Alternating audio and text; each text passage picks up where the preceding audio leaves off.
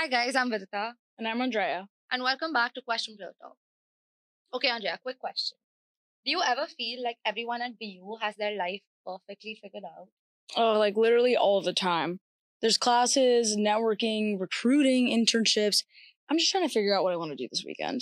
Yeah, exactly. And I feel, especially at Questrom, it's so easy to compare your path to everyone else's. But I think what people don't talk about enough is everyone's path actually looks completely different. And today's guest is a perfect example of that. He's done a lot. But what's really interesting is how intentional his journey has been. From being a Questbridge scholar to leading major organizations at BU to literally building things from scratch. And recently being named one of Poets&Quants best and brightest business majors of 2026. Which is a huge deal. So first of all, congratulations, Greg. Thank you. But also staying grounded in why he's doing it all. So today we're talking about how it is to actually find your path at BU without feeling that you need to follow everyone else's. Welcome to Questrom Real Talk, Greg. Yeah, thank you guys for having me.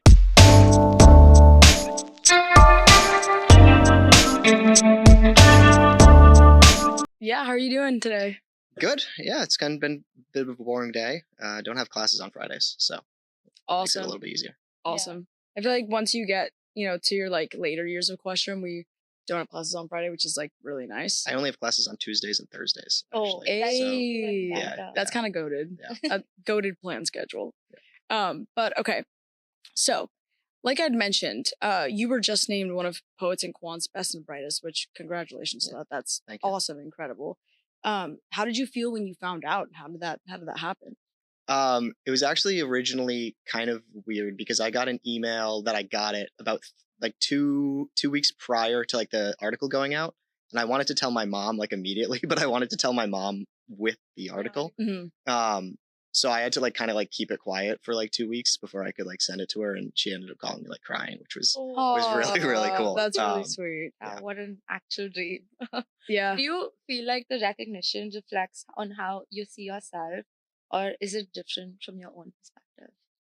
It depends on the day.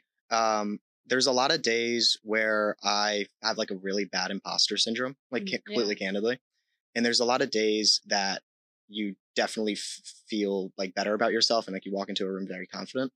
I will say, I think in winning it did help with the imposter syndrome just a little bit. Maybe there is something to what I've done that's worth being notable about, but it is definitely a weird thing to have that next to my name. I don't think I'll get used to that. Yeah, no, and I think also getting past that hump of having imposter syndrome, I feel like, us being Questrom students in such an accomplished environment, that is, we fall susceptible to those types of thoughts. So I think knowing who you are, being confident in your capabilities is so important, but also, recognizing that we are human and we do succumb to those things. But okay, so also starting back in your journey from when you first came to BU, who did you think that you were going to be? I tell the story about how I wasn't going to go to college quite frequently. I think most people that know me probably know it about, at least a few times by now. But literally 3 days prior to coming to or applying to BU, I didn't think I was going to go to college. I ended up getting into Questbridge. And then in 3 days after that was the deadline for BU's applications for the regular decision program. So in coming to BU, I kind of just had no idea what college was going to mean. I came in thinking I was going to major in real estate analytics and economics. One of those is not an actual concentration in Questrom, and the other one is not in Questrom. Mm-hmm. So I literally had no idea what I was going to do in the school. But I think I had very good mentors senior year that kind of just told me what to do, and I would just blindly follow them. Mm-hmm. Only later realizing how helpful their advice was. Yeah. So what did you land on now? I am concentrating in real estate, finance, and law. Okay. Awesome. Yeah. Cool. 3 concentrations. Yep. Overachiever. I'm only taking 3 classes right now, so. All right. So the idea of what you were thinking before you came to college, how has that changed now? What is different about the way you're thinking about yourself and how you're planning on going forward? Yeah, I was going to be a real estate agent. The idea was, if you could work 100 hours and make $100,000, and that seemed pretty appealing to me. Yeah. Mm. And then I came into BU, and everybody your freshman year hears about this thing called investment banking. And I was like, well, sure, I guess I'll go and follow that path. And I ended up recruiting investment banking. Like, it's ridiculously hard to get. So I sent out like 300 applications, got one interview, got one job. And I just happened to get Wells Fargo's real estate investment bank, which again, I didn't even know was a thing. Yeah. And then ended up parlaying that into kind of like a owning side of the industry, my junior summer. And then I'm going to continue kind of like on the owning the properties end of the industry after grad, which is very different than like selling houses, like person to person. Like the asset class I'll be working on is like Amazon fulfillment centers and like last mile delivery and stuff like that. So just, I didn't even think of that as a career path. But yeah, interesting how like it worked out for you, especially in your recruiting process, and how it aligned so well with like what you had initially thought you were going to do. I think also being in Boston is really cool if you are interested in real estate, just because the industry is so big here, and there's it's so variable and there's so much to learn. Yeah. But you've been involved in a lot, as we've mentioned, and we were wondering too, what's something that you tried during your college career that maybe didn't work out, and what did you learn from that experience? Yeah, I'm a big believer that you shouldn't ever say no to something just on account of that you don't think you can do it. I have basically said yes to any opportunity that has come my way throughout college. And one of them was my sophomore year. I was going to graduate early. I came in with credits. So my sophomore year, I thought I was a junior, but a whole other story. My sophomore year, I ran for president of the university. And throughout that process, I put together a team of like 57 different campaign staffers, I think. And we ended up getting just over 1,000 votes, but was 200, I think, votes shy of actually winning. So failed on a pretty public stage. And after that, it was a few weeks of reckoning. And I honestly felt the most guilty about kind of like letting down those people that kind of trusted me to like, they didn't have a vested interest in what I was doing. They just thought it would be a good for the school kind of thing to do. And that took a lot of kind of overcoming, but I think that was probably the biggest fail of my time at BU, is just putting myself out there for that, seeing that I could get, student support, but ultimately not getting enough to win. Yeah. But I honestly feel it's like a learning experience. Yeah. Yeah, no, You understood how to gather so many people. Like getting 57 people to support you is a big thing. So I won't say it was. Yeah, it was definitely wasn't without its lessons. Yeah, yes, definitely. So, Greg, how did you figure out what it is that you actually want to do and is right for you versus what everyone else was doing? Yeah, I think a lot of it was by doing the thing that everybody else said that they wanted to do and realizing it wasn't for me.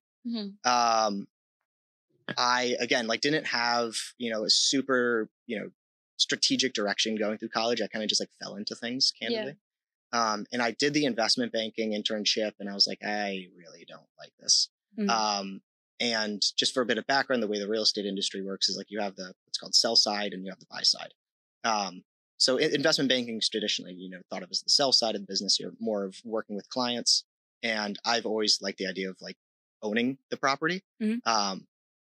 And through that and doing an internship kind of confirmed that. And I think that's the best thing about internships is that, like, yes, they can be professional moves forward, but they can also just realize like, I really don't want to be in this field. So I think that for me was kind of what pushed me to ultimately find what I am really liking to do. And I kind of think about, like, I was telling somebody, like, my job's like playing Monopoly every day. Like I get to go out and buy properties and do everything like that. And it's pretty cool. So yeah, I think when you're able to look at your career path as like, a game, like that's super fun. Like Excel is my favorite video game. Yeah, no, I have to say, like when I tell people, because I'm an accounting concentrator, when I tell people that accounting is like a puzzle to me, like they don't get it. And I'm like, you're not an accountant, so you wouldn't know. But I talk to people who have the same mindset as me and they're like, no, I know, I love it. And it's a fun language you have in between the people, I think, that get it. Yeah. But kind of bouncing off of that, where you pivoted in your experience and decided to say no to your investment banking path that you had, thought that you were going to venture on. Are there any other aspects or any other opportunities in college that you found yourself saying no to, but have actually been more beneficial to say no than yes? And, this question applies to like anything, to academic, social, really anything in your college experience. I'd say I made the deliberate choice my freshman year to focus very heavily on academics. Mm. And I think BU is a school where a lot of people are focusing on academics, and you can really bond with people very quickly that like want to go out, and like Boston has a bit of a hustle culture of like everybody's always seems like they're doing everything, which is Yeah. a benefit and a curse. Um, but I think some of my best friends are people that I realize like just have the same ambition and same like interest in doing certain things as me. And honestly, I like, did I go out to parties like every single weekend my freshman year? Like, no, but you know, as you move through college and your professional track makes a little bit more coherent sense, that's when it was like easier to kind of break away from studying for a midterm and go to something, and then Yeah. makes it, you feel less guilty, I guess, about doing that. It's At least you in my just mind. sort of figure out how to like balance Yeah, both the exactly. things. Yeah. How like you come in from high school and you're like, okay, maybe I need to study like a week for my midterms. And by like sophomore, you realize like if you're studying like 3 days before, just given how your personal pace is, you're good. Yeah. And then sometimes people do need like 1 week for some exams. So like Yeah. It just depends on knowing what the class is. Yeah, What the teacher is just like. yeah. I You think- just need to give it time. Yeah, I was gonna say, I think also like knowing yourself too, because me Yeah. personally, I'm one of those that I need to start little by little, like weeks in advance. So I plan ahead, but if I don't do that, then I'm scrambling last minute and I don't do well, trial and error as we all go through, Definitely no. yeah. Like I started my freshman sophomore year with this. Like I used to Mhm. start pretty early on, like do a little every day, and then during like with like the final 3-4 days, I just really cram it up. And now I'm like, I just like study really hard the last 3 days and really like get into the material, and then I'm like confident by the end of the day. Yeah. Mhm. And both work. I just feel like this is more efficient than the other one, Yeah. at least for me. Yeah. Agreed. Yeah. Okay. So Greg, if you could go back to your freshman year, is there something that you would have done differently? Yeah, I think what I typically say is I had the benefit of knowing to network my freshman year, and we can talk more about like what networking is, but like I didn't do a very good job of keeping in touch with the contacts I made when I did network. And I also didn't really reach out to seniors enough. I reached out to people like in industry, which was helpful in its own way, but I feel like the seniors are going to be the easiest people to get a hold of. So you're more efficient in that way. And they're probably going to have like more, actual experience to give you about like what to do tomorrow than what to do in a year. Yeah. So I think not keeping in touch with the people I met freshman year, and also not reaching out to the people, 3 years older than me, 2 years older than me. Mhm. I did have a few people that were kind of in that boat, but definitely could have done a better job of like meeting more of them. Yeah. Based on the professional Yeah. things. I think also kind of adding on to that question, what have you found in your experience has been the most efficient way of networking, whether that be, in person or maybe even like kind of cold messaging someone on LinkedIn? Like, what does that look like for you and how have you found the most success? I think for me, the best way to go about it is not feeling awkward about asking the people that you know to connect you to somebody else. Mhm. A lot of times it's like, this person who I like kind of know somebody that I want to talk to. I have no qualms about reaching out to that person, being like, hey, I saw you, this person, could you connect me? And recently, even across grades, I found that networking in the same grade, I call it like horizontal networking, whatever. All right, is- strategy. yeah. Sorry. Strategy. For getting like in front of people. Yeah. Honestly, there's an app called Apollo.io. You can get people's emails very Yeah. easily from it. Okay. And then making sure that you're giving them something in return. If you're networking for a job, I think you often feel like they're the only person that has something to give. In being on the kind of other side of mentorship now, I've realized that one of the biggest, like coolest things that I get to do is like see a mentee like grow over time. So especially as like a younger student, Yeah. reaching out to people and then eventually like taking their advice and running with it is like the coolest thing for your mentor to do. And it's just, you get to get in front of people more the more you do that. And then you build kind of a reputation for yourself, and then they connect you with more people, and it kind of just compounds. Yeah. Is that something you would recommend freshmen do as early in their like time at BU? Yeah, so I run a program called the Freshman Development Program, aptly named very uncreatively.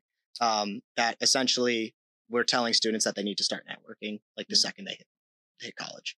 Yeah. Some of that is because that program is geared towards investment banking, where the average recruiting timeline is like sophomore fall. So you really don't have as much time to like get a hold of things, and that's not the normal for most students. And I think we can talk a little bit more about that, but making the most of your freshman year, compounding doesn't only happen in bank accounts. It also happens in like the effort you put in early. So the more people you can meet freshman year, the more people you can meet sophomore year, the more people you can meet junior year, and eventually when you're at the desk or you start your job, you know everybody. Yeah. Whereas if you start your junior year, you start your senior year, you meet to the power of 4 less people. So yeah, that's I could definitely see how that happens. I think for me personally, I would definitely wish that I, earlier in my college career, I would have networked more. I just think that just would have set myself up so much better for like the position I am in now. But we do what we can. We do what we can. But okay, so next question. What's something at BU you think that people don't take enough advantage of? I would say seniors, like just upperclassmen. I think professors everybody knows how valuable they are, and everybody, I think, for the most part, does take advantage of the resource that is like an incredible faculty base. But I don't think people necessarily consider how valuable it is to know a senior. There's a big maturity difference between, I guess, like a freshman, at least for me, like freshman year to junior year. Like I just felt very different as a person. And I've also just been through the ringer of a little bit of the professional side of things, just a little bit more down the road. And I have gotten, again, to kind of meet a bunch of other people that I can then connect freshmen to. And I know which classes that are the easiest, or no, I know which classes are the most fun, and I know which, clubs would help you do this. I can point you in the right directions of certain things. And I think the students that find an upperclassman that's willing to mentor them and answer questions and make sure they're sending emails correctly, that's another thing. Like as a freshman, there's so many small things that you don't necessarily know to do. Like sending a Google Calendar invite has a certain way of going about it. And I think it's very easy to ask a senior those questions that could be quote unquote stupid questions if you ask them to somebody with 20 years of experience. Whereas a senior, it's like your friend that you happen to know. So it's very easy. And I think most seniors, especially in club scenes, are very willing to connect with freshmen and kind of guide them along that journey. And I don't think people take advantage of it quite nearly enough. No, I fully agree. I feel like my freshman year, I found like a group of people I resonated with, and I got so comfortable with that one group who were like people from my same batch that I did not like really reach out to like seniors or like talk to a lot of people, at least in the first semester. And by the time spring came around, I was like, okay, like I don't just want to be involved with like a group of like 10 people. I want to like go out and like talk to people. I think I was comparatively a little late. I should have like started like talking to people earlier. And I fully feel like that's really advantageous if you like speak to seniors early on, and the amount of like wisdom they can give you just about school, if not even about your career, can like really help you in like all of your time here at BU. Every year there's one student, like it's just somehow this happens. Every year there's like 1 or 2 students that reach out before they even hit BU. Like they get like into BU and they start reaching out to seniors and clubs. And those students, maybe it's selection, but it's probably selection bias, but they're like incredible students. And they just like know what to do once they hit the, class and know which things to start thinking about. And I think more students should do that. Honestly, the seniors love talking to those kids as well. Yeah, no, I would actually totally agree. Like when I decided that I was going to be an accounting concentrator, this world was just so new to me. So I actually, through my like social club, my sorority, I had like an older sister who was an accounting major. When I told her that I'd recently decided to, I was going to be accounting, I didn't really know what she was studying. She was in Questrom. She immediately just like lit up and just wanted to like give all of her insights to me. And And, you know, despite the bias of her like being in my sorority, being my sorority sister, I think Questrom has a culture of doing that. Like, I think we truly want to help each other. And if there are insights to offer, we want to give them to them because, like, you know, we remember the shoes that we were in. Yeah. So yeah, I think that's also something so awesome about our community. The BU alumni network too, I think is really great. A lot of people are willing to, you know, reach out, and we were saying this earlier on another podcast episode, but I think like it kind of creates this like perpetual culture where, like, you know, when we one day are working in our careers and someone, you know, messages us and we see that they want to be you, like, we're so much more inclined to answer because we, you know, remember the help that we received. Definitely. And I feel it's the same with professors here. Like, when I was confused about my second concentration, I remember I reached out to Professor Grant, and she wasn't even my professor. She was just like the head of marketing at BU at Questrom at that time. And she gave me like she asked me to come to her during her office hours, and we sat down and she discussed like all my internships and what I'm planning on doing and what aligns, what doesn't. Like, she really went in depth Gave about you the rundown. Yeah. And then I was like, should I do finance as my second concentration? Should I do like BA? But I didn't like these classes, and like I really enjoyed these classes. And then she just was so supportive throughout the whole thing. So I feel like just getting over the fear of like reaching out, like that's like little hesitation just needs to you shouldn't feel bad about reaching out for help for anything. Definitely. So if a freshman actually approaches clubs, especially like when everything feels very competitive once they come here, what's your advice on how to go about that? I would, again, make sure just like to think about the fact that everybody in these clubs is at most 3 years older than you. Like, you have friends that are 3 years younger than you, probably. You probably have siblings that are 3 years younger than you or older than you. Like, we're not like seniors in clubs, you know, they put on, you know, a suit because to make the club look good, but like they're really not that different from you. And it wasn't that long that they are in your same shoes. I'd also say trying to make a genuine connection and just like always kind of put yourself out there in a way that the club leadership knows who you are, but not necessarily just like the president of the club. I think it's a very important skill to know who's going to be the next president of the club and the president after that, because those are the people that can, you know, help you eventually. And I think that's the same skill, like, you know, when you're working, know which first years are going to be, you know, top of their bucket, I guess, if you want to call it like that. Like, kind of just like knowing how to read a room is very important, especially for some of these clubs that are competitive, especially to move up. But also, I think you should join clubs that you feel like you vibe with the people in them. At the end of the day, you're not going to do well in an environment where you feel like you don't click with people. And there's a bunch of different clubs at Questrom doing a bunch of different things and a bunch of different clubs within the same sector. And each club has a very different personality to it. And that's not even getting into like any of the non-professional clubs. So I think there's a club for everybody, probably multiple. And especially freshmen, I recommend reaching out to, or at least going to meetings for all of the clubs that you could possibly be interested in. And again, meeting with like in Starbucks, we have that, you know, amazing facility downstairs, but meeting with at Starbucks with, you know, seniors or juniors within each of them, just to get an idea of where you maybe want to see yourself in 2 to 3 years. Yeah. So I think pivoting a little bit to your just experience as, you know, a student in Questrom, which class do you think that you've taken has humbled you the most? I think I'd have to say SM 275 is up there.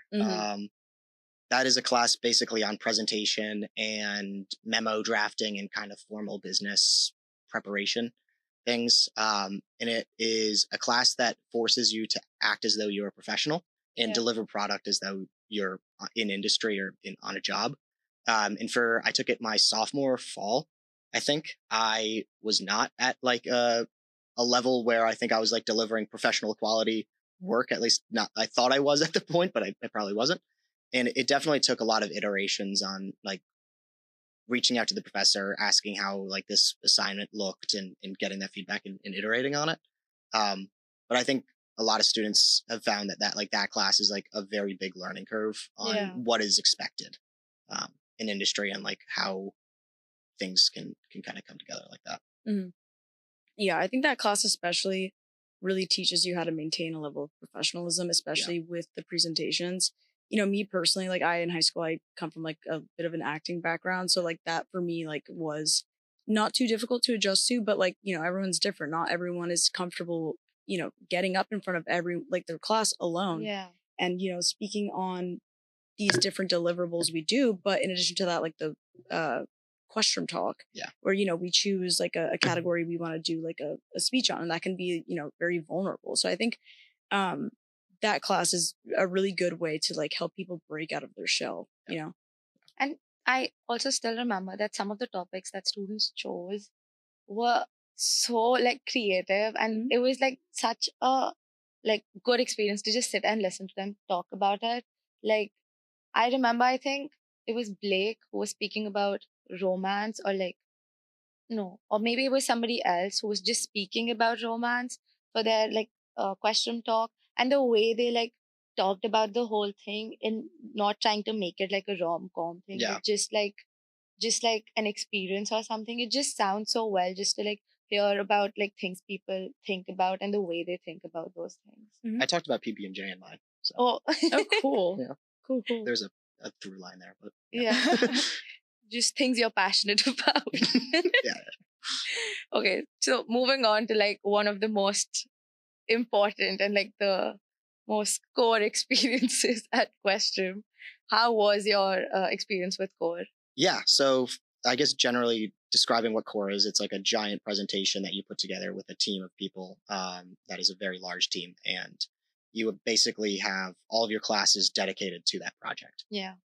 For me, I think one of the best things was learning to like kind of work with a team from a bunch of different places around the world, with different ideas about like, you know, people wanted to do marketing, people wanted to do finance, people wanted to go into consulting, et cetera, et cetera. So there's a bunch of different, I guess, viewpoints coming into it. And navigating that was something that, you know, I hadn't to date had experience with. You know, I'm from a small town called Mechanicsville, Virginia. So that's like, I think the main reason people like, you know, like a school like BU. It's like one of the most international schools in the world. It's one of the most diverse schools in the world. And you get to learn kind of about that experience, and getting thrown into a group where you are forced to very early on, is you're going to do that every day at your job. So I think it was definitely a great learning curve, very steep learning curve. And, you know, it's a very hard project. So there's a lot of late nights and a lot of arguments as well that come with that. But, you know, yeah, it was a cool class. And so kind of adding on like your experiences, just like, again, like with your classes, which class did you actually enjoy way more than you expected to? You know, I may get a lot of hate for this one, but I'm going to say MO221. So MO221 is a class where you do a presentation kind of on a company as an outside consultant. And the company that I ended up doing was Harpoon Brewery, which is a Boston-based brewery. Coincidentally, like one of the earlier ones, issued a permit to brew. And it was just cool kind of like getting to meet with their leadership team. It's a business that I'd never really considered going into, and seeing how they ran things, how, you know, they had a very cool like corporate culture. Obviously it's a brewery, like how could you not? But just like the things that they did for their employees, like I think they had stock-based, every employee was employee. It was an employee-owned company. So everybody had, I guess, like equity into the company. That was the main reason, like way they drove growth. So I think, and then getting ultimately to present that to the class kind of as like a consultant about, you know, identifying where flaws may lie in that, and also, you know, where their successes were, and getting to see everybody else's in my class, like everything from JP Morgan to Delta Airlines, I think was in my class. So I think that was actually a fun class that I really enjoyed. Yeah. I think for me, it would still be 131. I can't get over how good that semester went just because of that class. Yeah, we were in the same SM131 class. Oh, wait, I love that. Yeah, Greg used to sit in front of me. Hey, yep. Yeah, y'all go way back then. Yeah. Wait, that's awesome. I love that. I think for me, mine actually, I think has to be strategy. SI422. I loved SI422. And I feel like for some people that's like controversial. I really like that class as well. Yeah, like I just love that it's so case by case, and I love the way that like you can adapt like, your thinking to like the project. Like I think it's just like really great, just how applicable it is. Yeah. Yeah. Okay. So, is there a professor that you really like, and has there been like a good experience which made them your favorite professor? I'd have to say Professor Munsell. For those of you that don't know him, he is the basically lead. He is the real estate department at Questrom. He's been working here for probably like 40 years at this point. I'm sorry if that's wrong. I'm probably he's old. he's been here for a very, very long time, and he's taught some of like the coolest just people in industry. He keeps bringing back people. And if you go to any alumni networking event for real estate, it's like, oh, did you take Professor Munsell's this, and this class? And he also has just been a very close personal mentor of mine, just like navigating, which of these two offers do I take based on what I want to do in the career? And just kind of gut checking my professional ambitions, I want to say. But yeah, he's an incredible professor and an even more incredible person. But yeah, he's one of those people that's like, he doesn't need to be teaching, but he loves it, and he just does it because he has a really big passion for it. Yeah. I feel like meeting professors like that is always very inspiring because I don't know, for me, it makes me want to like give back one day too. Like one day when I reach their age, I'm like, dang, that's awesome. Yeah. Like, I think like one of my biggest goals is to maybe come back and like teach real estate out of college or high school level or something like that. I think that'd be so cool. Yeah, why not? Yeah. You come back to BU and like who knows how many years watching this podcast. Yeah. I said it then and there. Yeah, I called it. Yep. Yeah.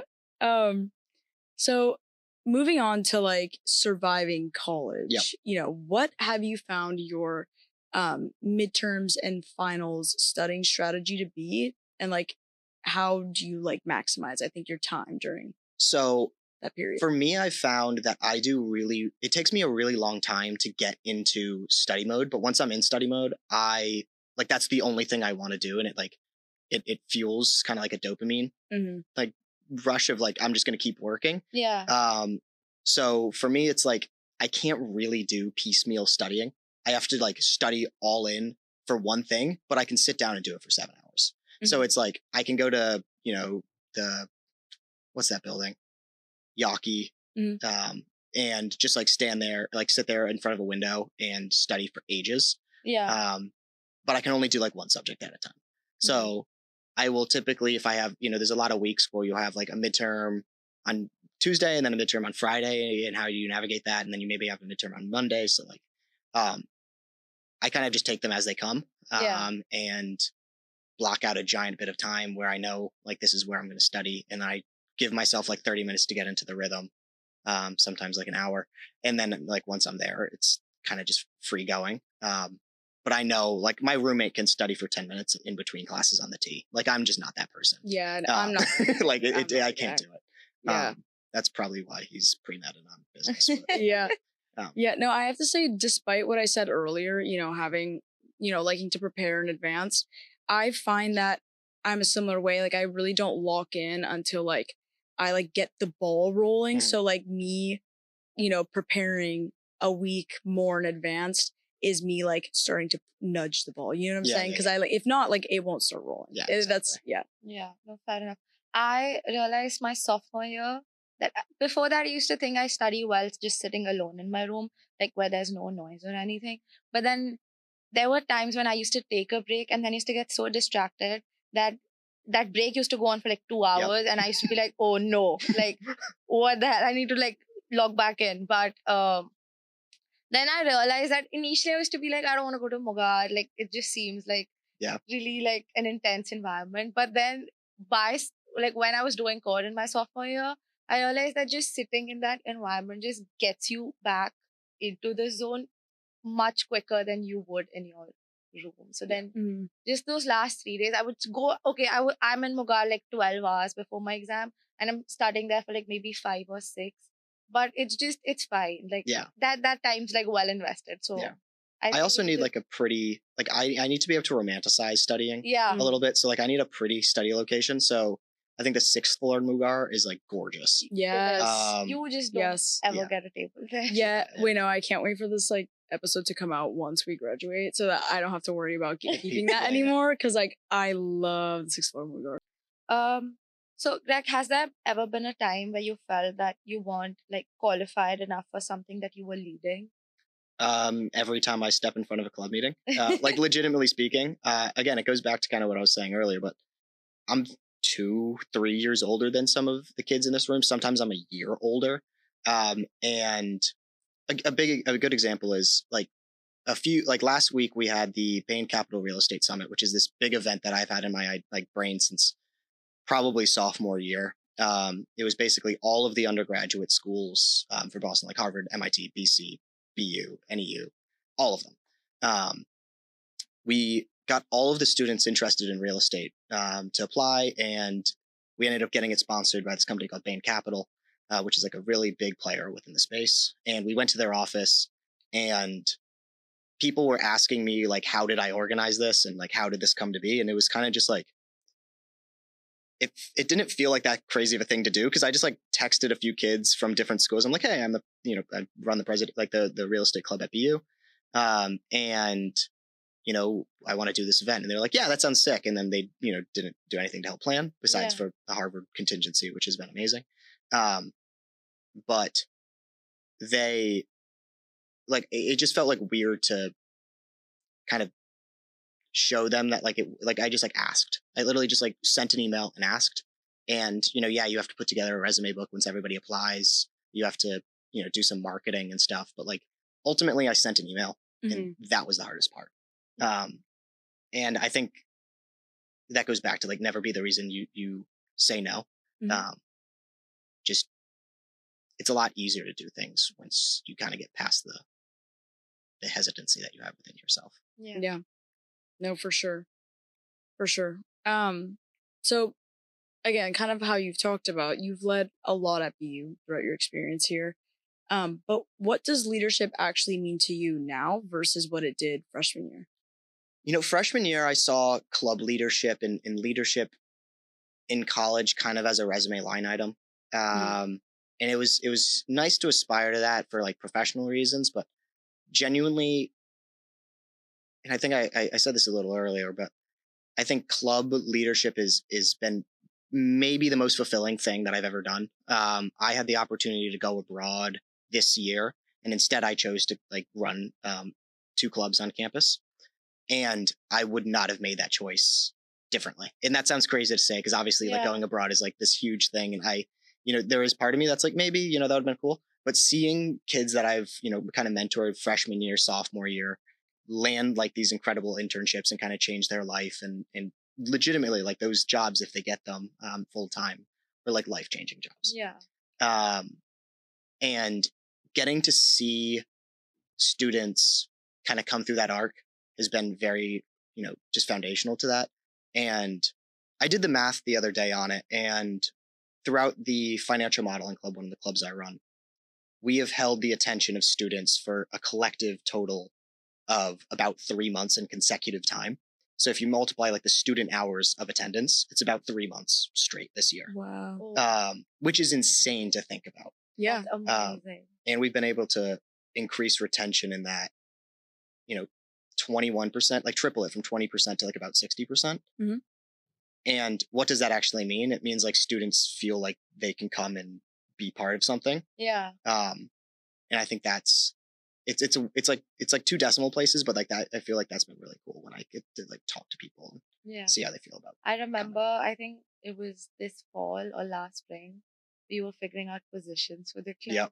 And you were on a board, and you were like, maybe should we have this? What should we call this position? And you were like really breaking it down. So I'm glad it all worked out. Yeah, that's awesome.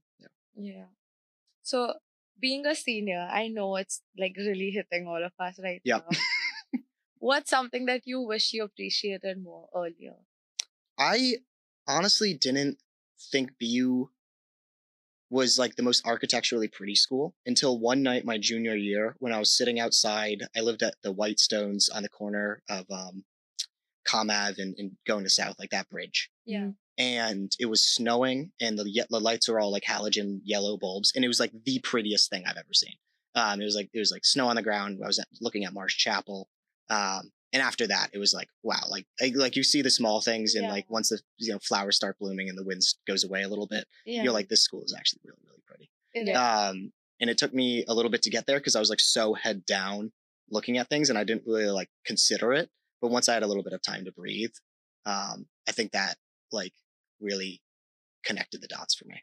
Mm-hmm. Yeah, definitely. I just feel like BU under every season looks so pretty. Yeah. Mm-hmm. Like under spring, it looks so pretty. In winter, it looks so pretty. Like even the fall, I think fall is beautiful, like on campus with the whole yellow and the red all around. I think it's just. Especially if you're like, I lived on Bay State Road one year, and that was amazing. Obviously, you get the year of like slush and stuff where there's like, some puddles everywhere and you have to step over them. But like, that comes with being in Boston. I think Bay State gets really pretty. Like I've been on Bay State Road the last 3 years. It just every season is so scenic. The walk is beautiful. Yeah. Mm-hmm. Yeah. So again, talking about how you're a senior, what are you going to miss that you didn't expect? So I'm moving to New York, and I think that the hardest thing for me is going to be being more than a walk down the street away from friends. Mm-hmm.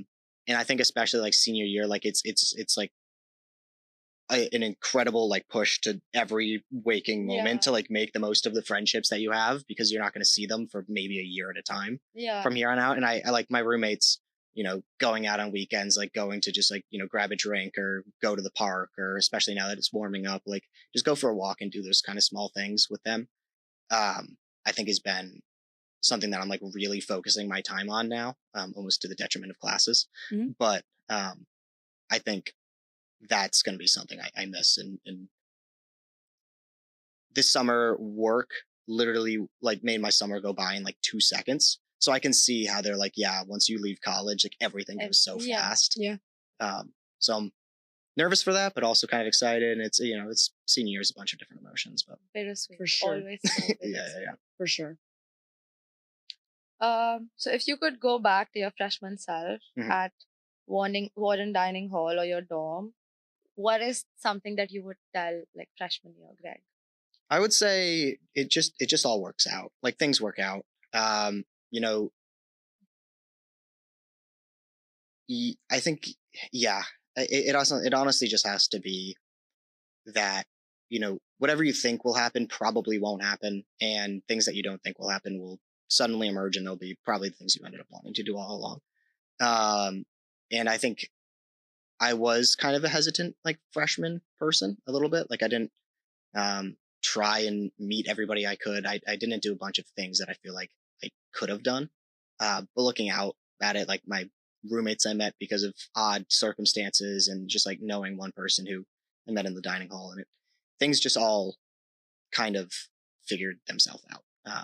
And when you're stressing about whether or not they will, just give yourself a year, and you'll look back on that and be like, okay, why was I so stressed about this? That's so true.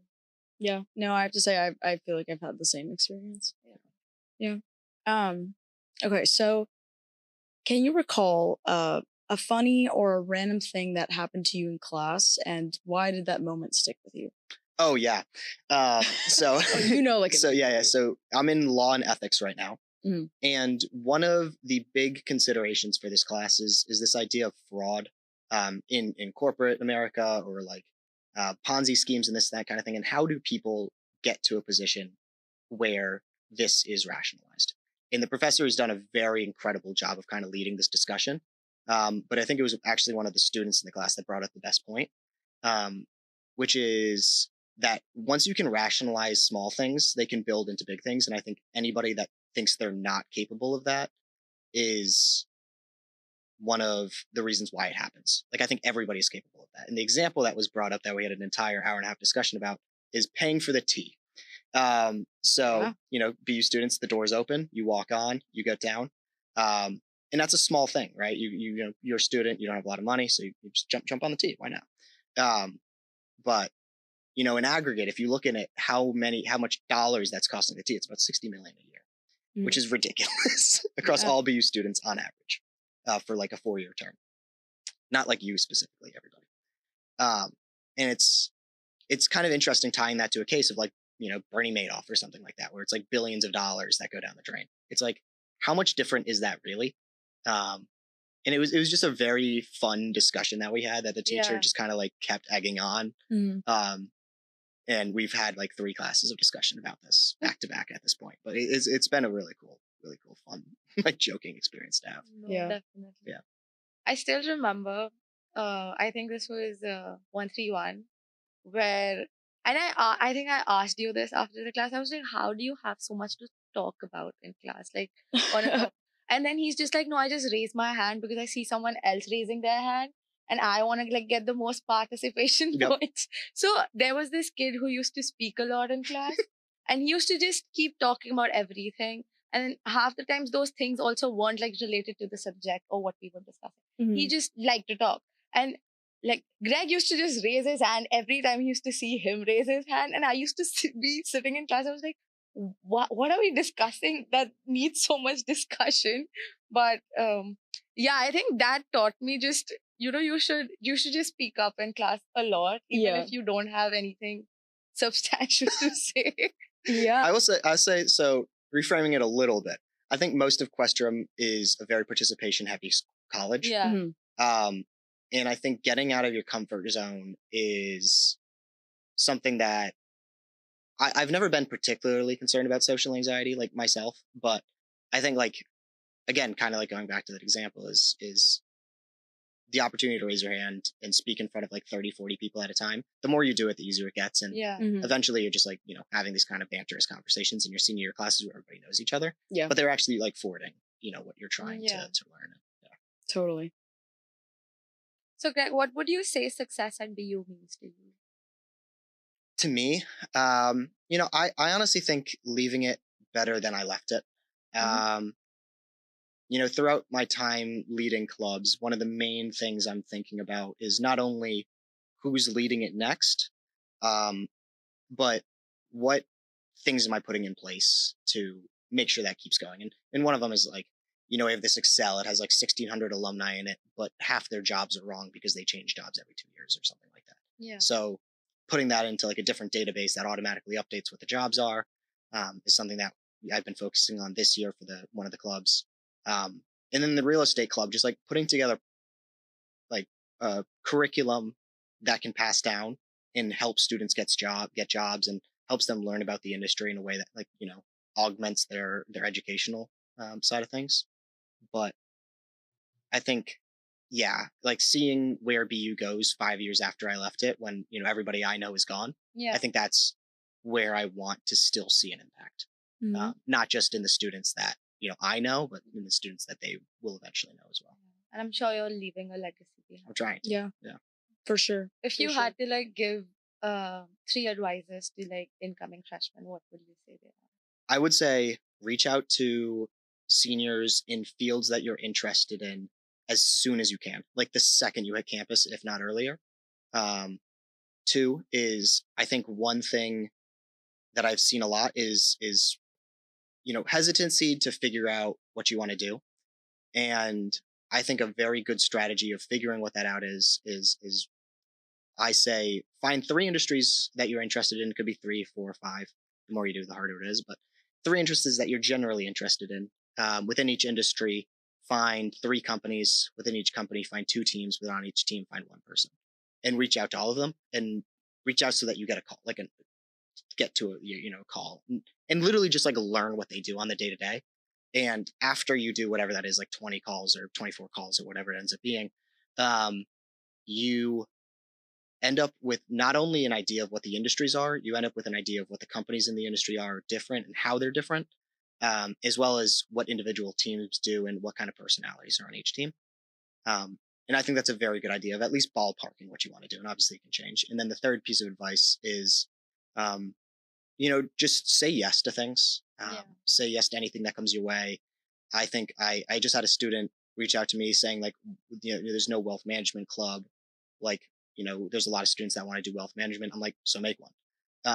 And he was like, you can do that? I'm like, yes, just go and do it. And I sent him like a list of all of FMC's, emails of people that have attended, and he's building the club right now and has a lot of traction actually. And that's kind of cool to see, but literally just like reframing your brain to be like, this is one question away from working, is very invaluable. Fire advice. I Fire agree. I advice. agree. I wish I had that freshman year. Yeah, no, me too. I'm retweeting that to the max. Okay, so now we're gonna move on. Actually, speaking of fire, to some rapid fire questions. So we're just gonna ask you these questions, and you're just gonna like respond instinctually. Yes. Yeah, just it's a statement. You have to finish the sentence. Gotcha. Yes. Okay, so you're not a real Questrom student until you've. Gotten coffee in Starbucks. That's true. The most stressful week of the semester is The midterm week where you have like a midterm every day and one next week somehow. yeah. Everyone says they'll start early, but They rarely find it in themselves too. That's true. The best place to cry or study on campus is Oh God. I get the benefit of the Questrom Stu Gov room. yeah. I am in there perpetually. So. I know. I've seen it. Okay, the most overused phrase in group projects is. We'll get to this later. Yeah. That's so true. Yeah, That very is true. so true. Very true. Okay. Greg, that's all for our questions today. Thank you so much for joining us. Yeah, it was a pleasure having you on, and thank you so much for sharing your insights. And I hope you can look back at this episode one day when you're a professor at BU and say the impact I've made still lies. Yeah. Thank you guys so much for having me. This was really fun. Yeah, of course. We're going, guys. I think what's really clear from this is that there's no right way to do BU. It's like what you do is the right way. Yeah, and I would also say the goal isn't to do everything. Everyone's journey is for sure different. Yeah. But making sure you do what matters to you is most important. And you need to trust that your path will make sense eventually. So true. Well, thank you so much for joining us. We'll see you for another episode.